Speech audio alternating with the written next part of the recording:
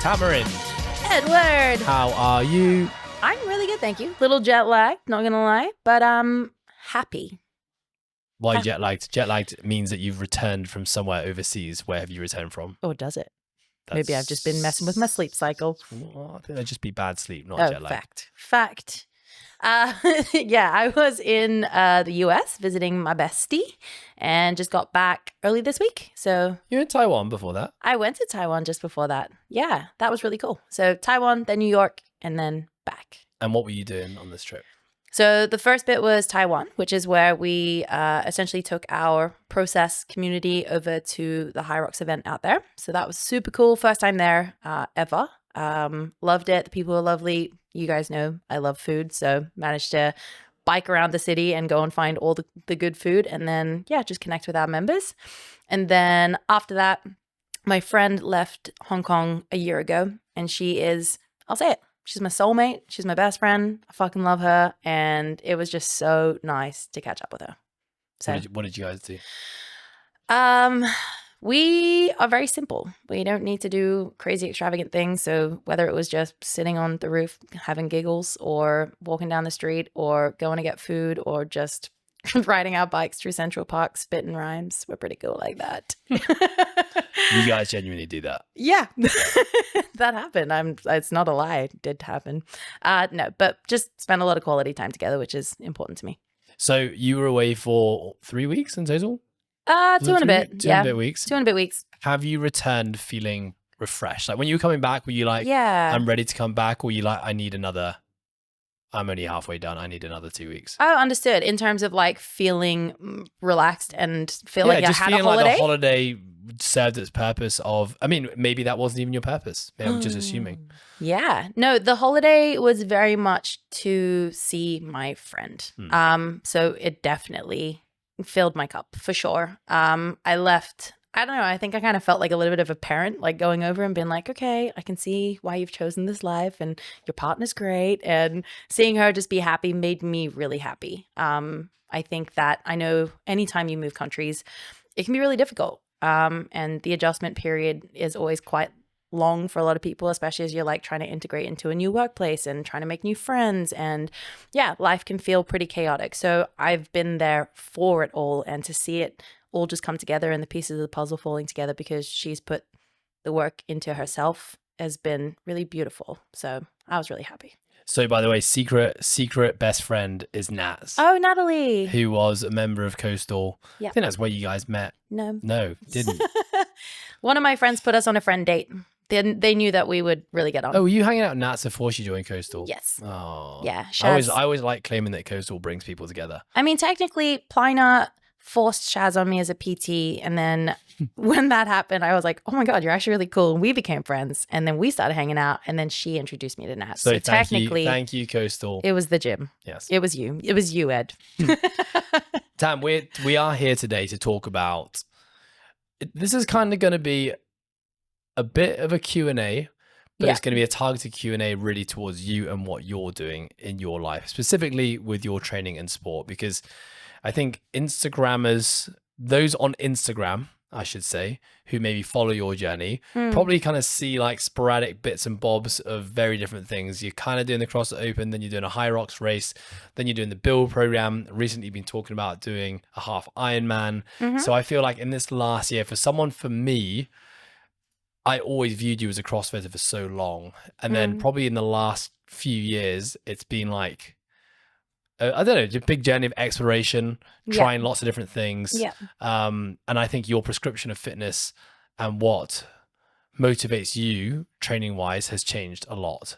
So much. So I would love, maybe you could start by just giving us a bit of an insight into what you're currently doing and what you're currently working towards. Yeah, awesome. So the beginning of the year, I decided that at some stage, either this year or early next year, I would love to complete a half Ironman. Why? Where did that come from? I think just Hong Kong by nature, the type of training that people do, they're quite outdoorsy. I think I started working with someone who was working towards a full Ironman, and I saw their training and I was like, you know what, that kind of looks like not that fun, but fun at the same time. I think I was in a position where I was ready to use my fitness outside of the gym as well. I've moved to an island. I have, you know, a sea that's available for me to swim in. I can run whenever I want. I've now got a bike at home that I can use. So it was kind of just like, it made sense for where I live, and it also gets me outside of the gym. I think I worked a lot in a gym. I've trained a lot in a gym, and I was just ready to push myself to do something that was out of my comfort zone, but that would be really fulfilling because it involves a lot of the stuff that I love, which is being outside and doing fitness. Have you always, prior to this moment in time where you've decided to do this half Ironman, had the thought of doing an Ironman one day kind of like swirled around your thoughts in your mind, or is this totally against the grain on what you thought you'd ever be doing? To be honest, it has always been on my bucket list to do a triathlon, full stop, just a triathlon. Me too. I had always actually said to myself / to others, I don't think I will ever do an Ironman. It was not because I thought badly of the sport. I just never thought that I'd be someone that could be capable of that style of training. It's kind of the thing sadistically that I enjoy is the monotony of it. Like, it's not always fun. It is boring, but I think what I love most is just you're in that moment and you're choosing to just keep going. I'm not doing it to injure myself or anything like that. That's not what I'm saying. I'm not pushing through like injuries or pain. It's just discomfort mentally. Like, I'm like, okay, kind of done. And then it's like, nope, gotta keep going. Just keep swimming. In your CrossFit days, what did you find mentally more challenging? Like getting really fired up for something heavy and short, or the longer stuff? Yeah, it's interesting. I think I always actually liked everything. If you would have told me to go for a run when I was doing CrossFit, I would have been like, oh God, this isn't going to go too well. But no, I think honestly, I'm just a fitness fanatic. Like, I just love moving. And now what you said was really accurate, that what movement means is so much more broad. It used to be movement in a gym. It used to be weightlifting and CrossFit. And that was what defined fitness for me. Whereas now it's not. It's like, what else can my body do? And so is this going to be like, you're going to complete your half Ironman? Is it going to be a tick in the box and it's going to be like, what's the next thing? Or can you see yourself like upgrading to a full Ironman, doing multiple Ironmans? What are you thinking? Really great questions. Haven't thought that far ahead. I'm not sure, because it could be something that I'm like, cool, I've done it. But I think I'm really, at least now in this season of life, I'm really enjoying the style of training. I'm loving that. You know, one of the thoughts that I had, especially when I was in New York and I was riding my my friend's boyfriend's bike, because he's a cyclist and he has all the gear. So I was like, sweet, get to like try out and see what it's like actually. Did you do clip-ins? Did clip-ins. I think I've never done this. Didn't fall. It's pretty good. I was pretty happy with that. Had some panic moments where I was like, oh my God, I'm slowing down. I'm nearly going, oh, I need to get my foot out. No, but anyway, with that, I think, you know, the idea now of not being so attached to being inside a gym and taking more rest days or moving in a different way, I would love to like get better at cycling, go on like a week-long cycling tour around Europe. You know, like those are the things that now interest me, where I can utilize my fitness in a way that then also leans towards my love for exploration and for travel. So is this just a ticking of the box? Maybe, but it also could be an opportunity to utilize it as a reason to visit new places, because there are half Ironmans in so many places in the world, which is cool. Yeah. I mean, I resonate a lot with, I think, where your journey is going. Like, I think getting out the gym, spending more time outside of it is definitely something that I've been doing a lot more of, and I'm really enjoying it. I also really resonate with exploration of movement, and just adding more diversity into what my movement looks like on a weekly basis. And I think I'm not doing it necessarily just from a health perspective, although that definitely is something I'm thinking about. Like, I think that, you know, growing up, I played like team sports, but multi-directional team sports, reactive sports, where you're having to move based on what opponents are doing. Yeah. And I think I cultivated a lot of like, I think it's a very good thing to do. Like, it built a lot of proprioception in my knees, hips, ankles. I could run, I could jump, I could throw my body in the ground and land, you know, in a safe way and know how to roll out of it. And then I think since getting into CrossFit in 2013, I basically stopped all of it. And my movement became all the movements that we see in a CrossFit gym, right? So it's very sagittal frontal plane. Dynamic is really like box jumps and Olympic lifting. Very little multi-directional stuff, very little reactivity stuff where I'm kind of facing an opponent and responding to what they're doing. And I think just over the years, and I loved it, and I don't regret any of it, but I've kind of gotten to a point now where, you know, the competitive side of CrossFit is no longer something that is a priority for me anymore. And I'm looking from the health perspective, the health and like functionality perspective is like, okay, my body is capable of doing so much more. And I noticed that I was starting to break in the most simple things that I used to be able to do, like going out and playing a game of football. You know, like I would, you know, twist my knee doing, you know, going into a very like light tackle. That was like, that would have never happened before. And I don't know, just these little eye-opening moments, you know, it's like I would go for a run and my knees would hurt. And it'd be like a 15-minute run. I'm like, that's not supposed to be, that's not how it should be. Yeah. You know, not relative to what my life used to look like, where I would run 20K every week as a rugby player. So now it's the functionality and the exercise and the health part is like, I want to expose my body to more.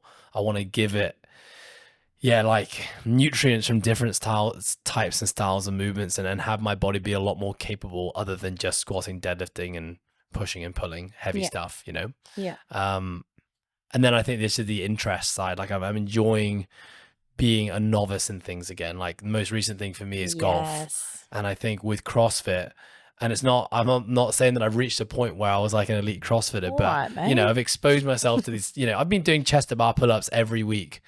For, you know, since 2013. And I can definitely still improve my chest to bar pull-ups.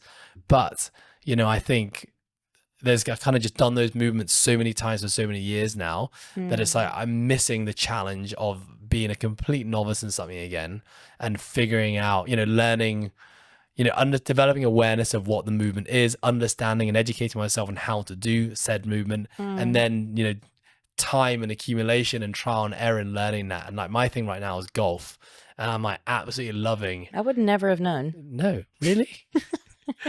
You actually weren't here the other day. I just bought a new pair of golf shoes and 4 golf polos. I saw and heard about it multiple times. My golf shoes are sick, by the way. So that, I mean, like one of the biggest things about that is just like it's a completely different movement. It's nice in my body. It's not like crippling me like every other sport I played in my whole life. And just the novice mindset of being a complete beginner in something again and having to learn, you know, the very basics and then, you know, getting very excited about where that could go. No, I completely relate to what you just said. I didn't even recognize that was something that I have been thinking, but as soon as you said you're learning something, same. I'm learning about the nutrition. I'm learning about how much volume I can handle or what I need to get myself to a certain point. I'm learning about how to clip in and clip out of a bike, like what all the gear is. I didn't even know that there were different types of bikes for different events. Like there's all this stuff that I'm learning as well that has been super eye-opening and super cool, because I think whenever you are in a niche, and CrossFit really is a niche, anything is a niche. Any sport. Yeah, anything is a niche. You are surrounded by those people. So yeah, you're going to talk about the stuff that's in the gym, but as soon as you go to a different event, so let's just say, you know, even the first little triathlon that I did, that was what everyone was speaking about. They were talking about like triathlon based stuff, the equipment, the people, the, I don't know, ins and outs of it, which was refreshing. It was really nice to be like, wow, like I've been really sheltered. Like I want to know more. I want to learn more. I want to see what everyone else is doing as well, because this isn't everything. It's something I love and I enjoy, and I still like, you know, crave doing it every now and then. But yeah, learning new things and meeting new people and growing, I guess, my community of people that I know within sports in general has been cool. Yeah, I guess just hearing you speak about that, I think where I'm moving to is like I'm moving back to the original grassroots of CrossFit, which is, you know, CrossFit shouldn't be your everything. And Greg Glassman talked about the importance of like learning and playing new sports, and that has to be a part of your weekly regimen. But I think for me, the sport became CrossFit for so many years, and that was a very essential part. That was an essential thing to do in order to become good at CrossFit and, you know, compete in the things that I wanted to compete in, and as a coach to, you know, really develop a deep understanding of the sport and the movements. But, you know, CrossFit as a methodology for health and the way that it was originally presented was that sport should be a part of it, and play and exercise and exploration of movement. And I think I've kind of gone full circle now, where CrossFit was a supplement to my rugby, to then CrossFit was the new rugby and everything. And now I'm come full circle where I still love it. I still love Olympic lifting, gymnastics, strength training. I don't think I'll ever lose a love for that. But it's like, I want this now to be a supplement to allow me to do, running, sprinting. I want to go back and play a team sport again. Yeah. Golf. I don't know, maybe a triathlon one day. I'll probably see you do a half Ironman and be like, okay, that's it. I want to do that now. Yeah. No, I agree with that. It's fucking cool. It's also like, to be honest, like doing it less, my body feels better. Like I recover better because I guess the style of training that I do now has adjusted to a more conditioning bias, for sure. Like I do much more endurance-based stuff, and I maybe do 2, pushing it, maybe 3 strength sessions a week. But yeah, 2 is a staple. I would say that for me, I think my body feels better. I mean, right now I'm coming out of like a 5-month rehabilitation process, which has meant my lower body training has been, really easy and slow reintroduction to loaded stuff. So maybe that's not the best example, but when the competitive side is no longer the most important thing, number one, I don't take risks anymore. When you're competitive and you're trying to be really good at something, you take risks sometimes, which means sometimes you come in, you don't feel like going hard, but you kind of have to. Right. You might commit to lifts that you wouldn't normally do because you really want to make it, or you might overload and make something harder than the week before because you're really striving towards, a competition or a goal or a PR. Yeah. But because I don't have that thing anymore, I don't need to do that stuff anymore. I still enjoy pushing hard. We have testing coming up next week for the bench press. I'm still definitely going to do that test, and I'm really excited to do it. But in this process to building out this test, 4 weeks, I was like, nah, you know what? I'm just going to do dumbbells instead. There was 1 week I was like, shoulders feeling a bit iffy. I was like, you know what? I'm just going to swap it out to a dip. And then so actually in an 8-week cycle, probably only done like 5 weeks, and I'm totally okay with that. Whereas before, I wouldn't have missed the session knowing that I have a test coming up in 8 weeks. I want to perform my absolute best. And so I think just that change in mindset, even if I'm still following the same program that I always followed, has meant that like, I just value feeling good now. Yeah. And it's like, training on a day where pushing yourself on a day where you don't feel great might have been a necessity in the past. Now it's not. And so I'm not going to do it. Yes. Just yes. So much yes to everything you just said. I think what I have realized is I've really relinquished my ego in my training. I think I used to carry like this, I need to progress. I need to be better. Even when I stopped competing, there was I would say a solid couple years where I was like pushing as hard as though I was competing, and for what, So I think what's been really fun is just relinquishing that all. And if I do a training session, even if it's like a random compilation of things that just hit the movement patterns, doesn't have to be progression. It's just like tick the box, move to feel good. Happy about it. Like maybe I'm doing a light, moderate, and 1 heavy set for the day. Maybe it's all just moderate because it's what feels right. And maybe it's just not even going to the gym, and I'm cool with it. And I love that sense of freedom I've given myself, because I think it allows me now in life to just enjoy more of the stuff that I like doing. I don't feel tied to being in a gym or finding a location that is solely based around that. Like, has a dumbbell? Sick. Has nothing? Cool. I'll make it work, you know? I wanted to quickly interrupt this episode with a quick shout out to our sponsors, Today Well Spent. I've been using this journal for 2 years, and it has made a massive impact on my physical, but mostly my mental well-being. It is a guided journal backed by neuro and behavioral science, which I actually didn't know at the time. It has questions for you to answer at the start of the day, at the end of the day, end of every week, end of every month. And it's brought so much self-awareness to me of the things that positively and negatively impact my life. So if you're someone who cares about your physical and your mental well-being, which I think you do because you listen to this podcast, then go and grab yourself a Today Well Spent. Use the discount code THEPROCESS, one word in capitals, to get your discount. So what's your training split right now? Like, how you said you've got 2, maybe 3 strength sessions a week. Yeah. So how many days a week out of 7 are you training, and what's your ratio of strength versus conditioning?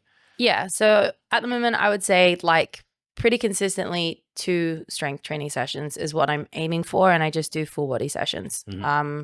Just making sure that yeah, I'm hitting the movement patterns that I need, doing like the bigger compound lifts, and then And honestly, can I ask, when you say the movements that you need, yeah. what do you need, do you think? Oh, good question. Well, I guess it really depends on where you are in a season, right? We've spoken about that sort of stuff before, but I think I'm just taking myself through movement patterns that I'm not seeing in the other training that I'm doing. I'm doing a lot of running, so it's a lot of single leg work. I'm doing a lot of swimming, and I'm doing obviously a lot of cycling. So again, a lot of single leg work. So what I've tried to do is take myself through full knee flexion. So I'm doing more things like back squats, and I'm doing RDLs and deadlifts, glute shortening exercises as well.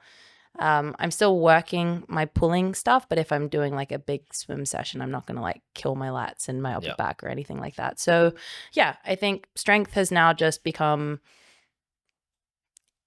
try and maintain what you can while supporting the training that you're doing to feel healthy. Nice. And okay, so you got this obviously specific goal right now, which is a half Ironman. Yep. Would you say that generally speaking, you prefer strength training, or would you say you prefer conditioning?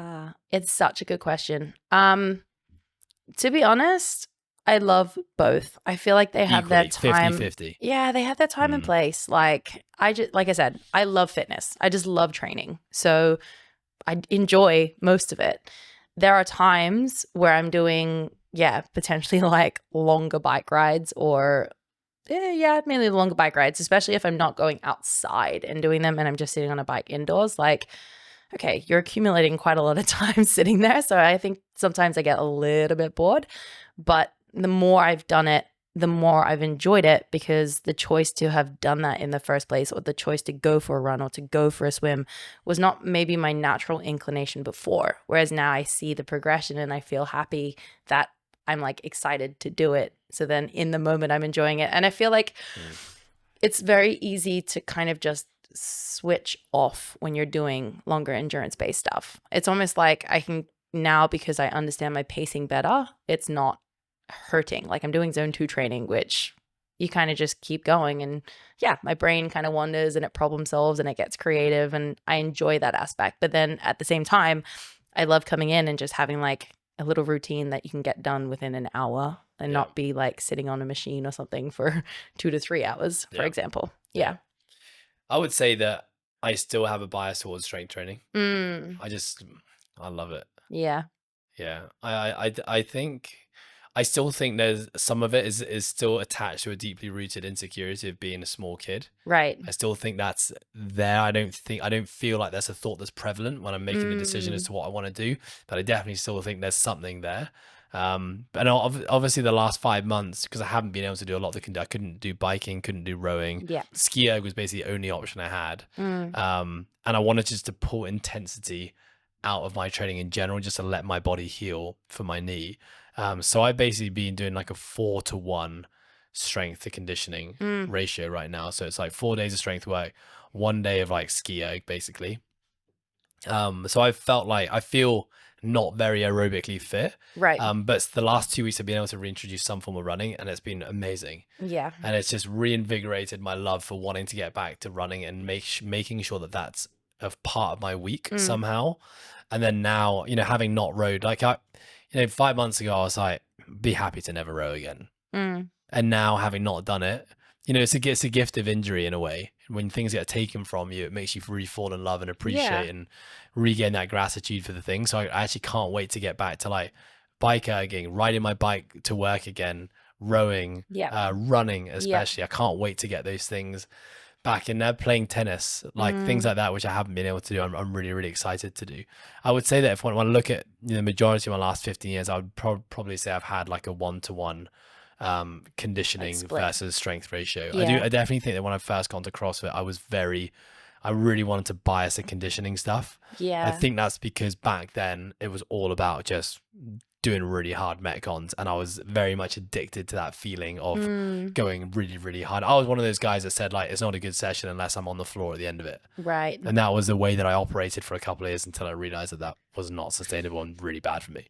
But I would say back then I really loved it. I loved the conditioning side, but I'd probably say the last 3 years or so, since stepping away from the competitive side of CrossFit, I've wanted the conditioning less and less and less. Mm. And instead, I'd much rather my conditioning work to be disguised in like sport or going on a hike or, you know, like, but doing intentional conditioning work in the gym, I just haven't really wanted it. I can understand that. I think, yeah, the transition from like the intensity of CrossFit to, I guess, more bodybuilding style stuff. I think I've always enjoyed, maybe I've enjoyed the change up of all these things is because of the learning aspect. Like I started in CrossFit, so it's not like I had the knowledge and the tools that you guys had at the time. So when I was coming into bodybuilding, it was like, oh my God, like I'm a kid at a candy store. Like I'm learning, oh my God, that's what it feels like to use So my delt or my lats. Almost in the same way that you're feeling that with Ironman stuff, right? Yes. So I feel like I've done now a couple of years of that and I've like started to get my head wrapped around it. And what you had said just then makes a lot more sense because at the beginning of this year, we had, I guess, a podcast where you're like, what's going on? And I was like, what is not going on? Let me tell you a thing.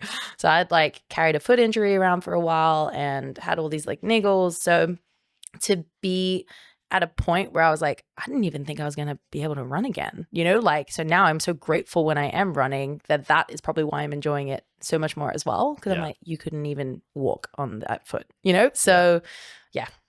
How long has it been since you restarted running after your foot injury? Oh, great question. I think I started running in like April. So how much time did you have off running? Since December.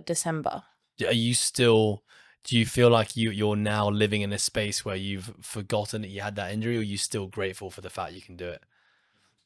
I haven't forgotten about it because I broke my toe, remember? Oh yeah, true. How was that toe break, by the way? Did it heal fast? Fine. Yeah. Yeah. Look, ahead things, of the evolutionary curve. We're not going to need a middle toe eventually. No, I think what it had done was really good for me before this type of training because I think previously, you know, you kind of spoke about maybe pushing the needle a little bit too much. I think having that bout of not being good really set me up for success now where I don't push more than I need to. If I'm out on a run and I feel anything is funky or if I'm doing something and I'm like, it's not quite right. And I listen to that first whisper. I'm like, I'm stopping. I don't need it. I can stop and like, I can get fit another time. It doesn't need to happen right now. So yeah, a blessing in disguise. Yeah. I mean, today was like a massive milestone for me with my knee. I know. And I've been talking about that quite a bit on the podcast. So it's been, I think it was at the end of January, the athlete camp was when my knee first started hurting. So really it's been 5 months. June. Yeah, 5 months now, which is kind of crazy when I think an ACL operation is a 6-month rehab process. And I'm like, that's how long it's been actually. Obviously throw the open in there where I was doing stupid shit like taking anti-inflams and going through workouts. That definitely didn't help the recovery process. But it's been probably the longest injury I've had since doing my ACL. Like the longest time I haven't been able to do it. And I think, you know, when I had my MRI done and saw the diagnosis, you know, I really take diagnosis with a pinch of salt, but, you know, Eleanor, our physio, did say like, you might want to reconsider, you know, what you do with your training, things like weightlifting and stuff. And I was like, don't say that, you know, and I kind of think about the rest of my body. I'm like, the rest of my body's way worse than this knee, you know, when the other things I have going on there and I've got, you know, really great function in it. So kind of like she wasn't, you know, Eleanor's a very great physio in a sense that she's very realistic as well. She understands strength and conditioning. So it wasn't like she was saying you should stop it, but she just did put the thought out there. Like, you know, you have had a lot of shit happen to your body. This is supposed to be your one good joint left. Like if this is now bad, you might just want to think about like what you're doing with it. And I was honestly living in a space probably the last few months where I was like questioning whether I was ever actually going to be able to squat again. Like there was times where I just think like, okay, well, if I couldn't squat again ever, like, how am I going to maintain muscle mass in my quads? I was thinking about all those scenarios already because it just felt like the progress was so slow and I was doing a lot, you know, like really stepped up on my recovery protocols. And then, so now that I had, you know, today, like, you know, on Monday this week was the first time I've done split squats without pain or like, you know, multi-planar lunging. So I was like, whoa, that's amazing. And then, you know, did goblet squats without pain. And then today I did a deadlift, which was like one of the worst movements because of the knee flexion in the picking it up off the floor. And I was able to do those like really pain-free, nothing at all. And, you know, I'm now like right now I'm thinking, you know, I'm so grateful that I can do this. My body's healed. Don't make those mistakes again. Yeah. But I've also said that to myself 20 other times. When I've had injuries and operations, not to the same level that I'm living it right now, because I think now, like you, I'm like, why pain? Like, why do I need it? Before, okay, sometimes that's a part of the process if you want to be a high level athlete. I get it. But now I don't want that anymore. So now my inner voice is telling me, like, don't let yourself get here again. Like, I know why I got here, because I didn't listen to the whispers, and I pushed this aside, and I pushed through, and I did things I probably shouldn't have done. So at the end of the day, I'm not surprised the injury happened. It's definitely not something that just came out of thin air. But I just want to make sure that I don't fall into a sense of comfort again, when the knee's feeling good and you just get back to things, and every day you're like, oh, I can push it a little bit harder, let's do a little bit more. Like last week it was fine. And then I end up back in this position again. I mean, I guess this is just like, this is a journey of pushing yourself with mental and physical things. It's like, there's always a fine line, and sometimes we cross it and go too far. But yeah, that's just those are the thoughts that swirl in my head right now. I get that. I think one of the biggest things I've told myself recently is, what's the rush? Because even with the goal of the Half Ironman, as an example, I know I put it out there at the beginning of the year, but I was like, I'm not going to book it until I'm in a position where my body's healthy enough. Like, I don't need that. Why? Yeah. So how is your prep going for the half Ironman? I keep wanting to say half marathon for some reason. There's a half marathon. I think it's because on the individual coaching course, they're one of our case studies is a half marathon, and I've just said the words half marathon so many times now, but I think they're just ingrained in my head. So how is your half Ironman training going? It is going really well. I am extremely proud of myself. I'll put it that way. I did my first kind of like, let's just see what it's like to give it a whirl, like just go in, don't have any sort of paces in mind, just go by feel. See if you can get your nutrition right. See if you can bring together all the time you've accumulated into one session. And I managed to do that when I was in New York, and I was stoked. I felt great. I didn't have any cramping. My mindset was great in terms of just like positive mindset. Really just listening to my body and working at paces that felt good. Enjoying the scenery of being in a new place as well, that helped. But yeah, no, I think I'm really proud of how it's all coming together, because I'll be honest in saying I'm not like, mapping out week by week, this is what I have to do. I've just been like, do what you can when it feels right. So I wake up and I have time in the morning to go for a swim before work. Cool. I'm going to go and do my swim. Do I have to do it the fastest I've ever done it? No, it's just clock up some time, because I know that that's just what I need. Yeah. Exactly. If it's going to be a busy week of work, maybe I'm, either getting up. I wake up early anyway, but like if I'm up early, maybe it's cool, a 30-minute bike, sure, in the morning before I go to work. Or maybe because it's going to be at a low intensity, it could be a 60-minute bike after work. On a weekend, I have a little bit more time. Cool. Let's kind of shove those things together. Do like a bike and a run, or a swim and a bike, or insert the blank. So it's been a lot of like putting together the pieces of what I know I need to be doing in a non-stressful way, with some sort of structure in terms of, okay, I know the volume I need to be doing, just accumulate it how it fits into the week.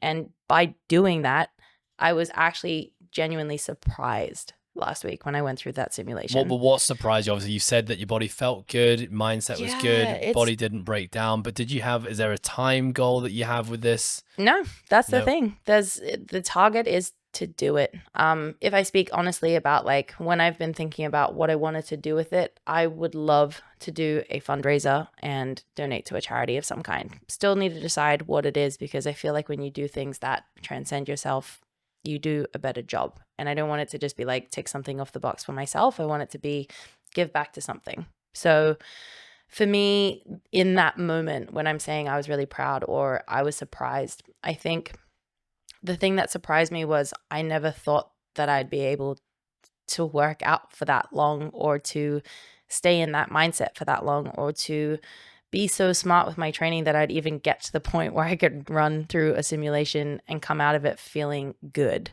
I think previously I probably pushed the pedal a little bit too hard and, had paces in mind and went at a certain intensity, or didn't really understand my nutrition well enough, or whatever it was. It just feels like the relaxed approach has just allowed me to be healthy. And that's probably what I'm most surprised about. Has your nutrition changed at all in this process since kind of shifting up your training priorities? That's a really good question. I think like I have been probably a little bit more meticulous with like pre and post and intra nutrition. But other than that, not really. So like days that I'm doing high volume, I just increase the amount that I'm having. If I know that I'm going to be doing something like I did there where it was like a simulation, like I was in New York, I was on holiday. Like the best thing about this training is I get to eat so much. I like that. Are you tracking right now? But that's the thing. I'm not tracking. I'm eating a lot by feel. I like have a pretty good idea. Like I'm not like willy-nilly, like I'm just going to have whatever. I'm just making sure, okay, across the day, I know that I'm getting at least enough protein in. I know that I'm eating enough carbs and enough fats, but I'm not like putting it into MyFitnessPal or doing anything like that. I am weighing out the amount of like protein powder and carbs and things that I'm doing for the actual training and event, just because that's important, or it's important to me to know that I have that right. But the rest of the day, it's just eat what feels right. And sometimes I nail it and sometimes I don't. And I know that because I'll either like wake up in the middle of the night and be like, oh shit, I'm hungry. Or I like my sleep's compromised or my recovery is not as good. But yeah, figuring that out. It's also pretty far out from where I need to be. And it's not. So when is the Half Ironman? Yeah. So I have 2 on my calendar that I would like to look at. Goal would be either one in September, which is in Mooloolaba in Australia. Mooloolaba. So it's where my friends and stuff are. So that'd be cool. Nice. So either that, or there's one in a place that I've been wanting to go to for a while in Vietnam called Phu Quoc. I actually don't even know if I'm saying that right, but I've been there. Yeah. It was just a holiday destination that's been on my bucket list. And I was like, oh my God, they have a Half Ironman there. That's random. Just the only thing that is making me feel like I might not do that one is the humidity. Yeah. So yeah, it's hard. And that's a lot of time to be out in the sun and feeling hot and sweaty. But yeah, I'm just going to see. One of those 2 is the goal. It sounds like you've taken a very healthy approach to this. Yes, I feel that way. And that's why I'm probably the most proud of myself, because I've never done this before. Yeah. Yeah. But was that, I mean, it sounds like that was one of your objectives coming into this, right? Yes. Like, I want to be able to do this thing, achieve it. You haven't put any strict, like finishing goals on. You haven't put any strict volume goals in what your training has to look like. You're just taking a very self-regulated approach to training. Well, I think, cool. I'm in my body for a lifetime, and I want to be able to keep enjoying sports and keep learning sports and keep doing this. And that means just having a little bit, or at least for myself, having a little bit more of a relaxed approach. Yeah. It's a new approach, and that's what's fun. I think I would find it challenging. I think that would be a good challenge to me if I committed to like an endurance sport or a competition where there is like, there's metrics involved. Yeah. I think I find it hard to not set like, okay, I want to do it in sub 3 hours, or, I want to finish in this, or, I mean, with that said, when I first started playing golf, I've been doing it for about 1.5 years now, really, like I would say a year since the OGP upstairs opened the simulator. Thank you guys for creating an unhealthy addiction with a new sport. Anyway, when they opened up, and I started the golf journey, I found myself very quickly being like, okay, my first goal is I have to break 100 on the scorecard. And then it became, I have to break 90. Yeah. And then when I broke 90, I was like, I have to break 80. I haven't broken 80, by the way. I haven't even got close to it. So I found myself in the early days of it, just getting very outcome orientated. Yeah. And then if I felt I was moving further away from those goals, which at the end of the day, if you're going to set score goals, the only way you know if you're moving towards them is your scorecard at the end of the round. And I kind of realized I was doing that, and it was almost killing the enjoyment of the process. And I could see other people, whilst I would put on a smile and pretend it wasn't bothering me, I could feel deep down it was annoying me that I wasn't improving all the time. But I could see just how massively a round could impact some of the people around me, like ruin their day, ruin their week when they would have a bad round. And I would just remind myself, it's like, okay, what do I actually love about golf? Is it actually the fact that I want to be, a single handicap golfer? No, what I love about it is golf courses are beautiful, and that's like my 4 hours in nature every week. I get to do it with my friends. So I get to catch up with people that I really like spending time with. it gets me out of the office and out of gym, makes me switch off from work, and everything we talked about already. I'm learning something brand new. I've got this novice mindset. It's a fun journey. And when I look at those things, the things that really pull me to golf, where does a scorecard fit into any of those 5 things? It doesn't. And so now my mindset with it is like, it's just falling back in love with the process. I love going to the simulator, hitting balls and like learning something new. I mean, how many times do I walk down to this gym? I'm like, guys, I've had an epiphany. I figured it out. I must have said that like 100 times. You did that with weightlifting too. I do with everything. You just have to jump. Yeah, it's a jumping movement. Who knew? Why didn't they teach me this in my level 1? But that's a part that I love about it. Yeah. And now, working on my mindset when I'm playing around the golf, which is like just one shot at a time. You hit a great shot, celebrate it, enjoy it, and then you just got to move on to the next one. And if the next shot's a shit shot, you just move on to the next one. And learning not to hold on to that and carry it around with you is like, I don't know, the thing that we're all trying to battle with in every aspect of life, right? You just be present, the thing you're doing, enjoy it, and then once it's done, move on for it. Absolutely. I feel like I spent so many years of my life trying to be perfect at everything. And, history kind of shows it doesn't work out. So never does. Yeah. Why not try something different? Love it. One lifestyle factor that you're currently working on, is there anything in particular? I think for someone who's very knowledgeable and meticulous on this, is there any area that you currently feel that you're putting a bit more time and energy into? For sure. Yeah. As a person, I really struggle to slow down, to just stop and do nothing.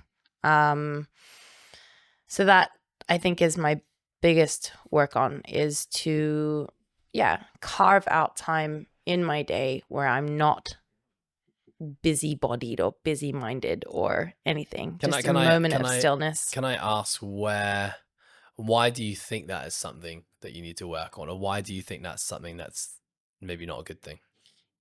Because it makes me feel good when I do it. Yeah. I think I have the tendency to just keep going, and then there's a crash. Whereas having pockets of time, even honestly, if it's like a 5-minute interval in my day, I just feel like I have so much more to give to the things that I want to be doing well, or things that I'm doing around that break. So it's more the way I feel. It's a subjective thing. I feel better when I do it. So that's why I want to do it. Love it. Yeah. What about you? I think that has been the same. I would say a very similar answer. And I think I've become, over the last 5-6 years, pretty good with stillness, and it's something that I really appreciate. And I know how good it is for my mental and physical health when I do give myself time out. I think the thing that I've been battling with for a long time, and I think I'm like winning the battle, is just my relationship with my work and how much I really need to be doing. And I think that is, I've talked about that. I think I haven't talked about it in a long time, but that's definitely been a recurring theme that's come up on this podcast. When it's like, what am I currently wrestling with? And it's like, how much is enough?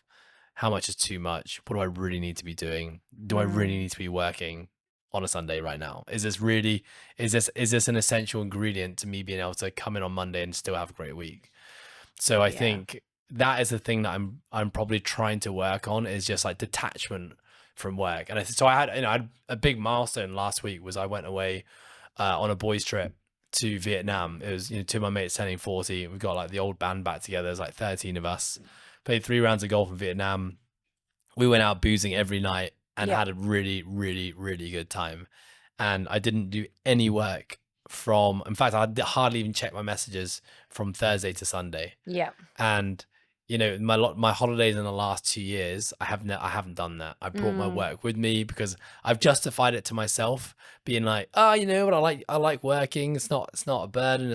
Don't worry. I love my job. And I really think, I do love my job. And I do love my work, but I think that was coming from a place of insecurity, of feeling like, if I'm not working on holiday, what's my team going to think about me?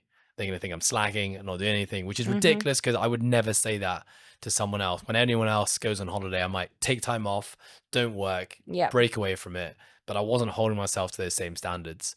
And I even found it even in Vietnam, going there, even if it was just for 3 days, I still felt myself being like, oh, you should probably do a little something. And I didn't. I ended up not doing it genuinely because I was a little bit too hungover, and it was the last thing I wanted to do. But I came back in on, I was sitting on the flight on Sunday, coming back to Hong Kong. And technically, when I look on paper, it was like, well, we were not sleeping very much at all, copious amounts of alcohol, more than I've drank in the last like 5 years. But I came back feeling very mentally refreshed. I was like, on the flight, yes, a little bit tired, but mentally, like, I actually can't wait to get back to work, and feeling very invigorated. I had loads of ideas coming to my mind, being like, hey, what do we need to do better? How do we need to improve? And I was like, all that took was 3 days. Yep.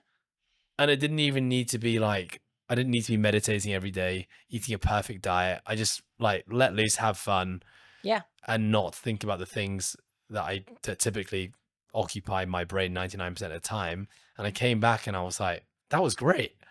Like, I need to do that more, just a few days away. That's how, and now I'm saying this, I know I said this when I came back from Bali 2 years ago. I said the exact same thing. You did. And I was like, listen to yourself, Ed. Only takes a few days to recharge. And then it's taken me 2 years to do that. Yeah, you forget. And I think as well, you get caught up in the moment. That was actually a comment that Nats made with me as well. She was like, this is like the first trip I've ever seen you actually like chill. Yeah. She's like, you haven't opened your iPad or your laptop once. You're not trying to do things. And I was like, yeah, I mean, I hustled to get everything done before I left. But same thing. It's so refreshing. And life goes on. We're very replaceable. I do learn that. I'm like, oh, that's right. We're good. Everything's fine. Anyway, sorry. Love it. Tam. Yes. Thank you for giving us a bit of an update into what's happening in your life right now. Absolutely. With training. Always enjoy a chin wag with you about training and life and what's going on in our brains. Yes. So thank you for sharing all that. And it's great to have you back. I'm glad you had a fantastic holiday. Thanks. I hope you mean that. I did. I am genuinely. You look refreshed. I feel it. Yeah. It's good to be back with that community. I crave coming back always. I love it. I just want to like share what I did and then slot back in, Like I'm like, cool, the routine creature is back. And it's just good vibes. Thanks, Tam. Thanks.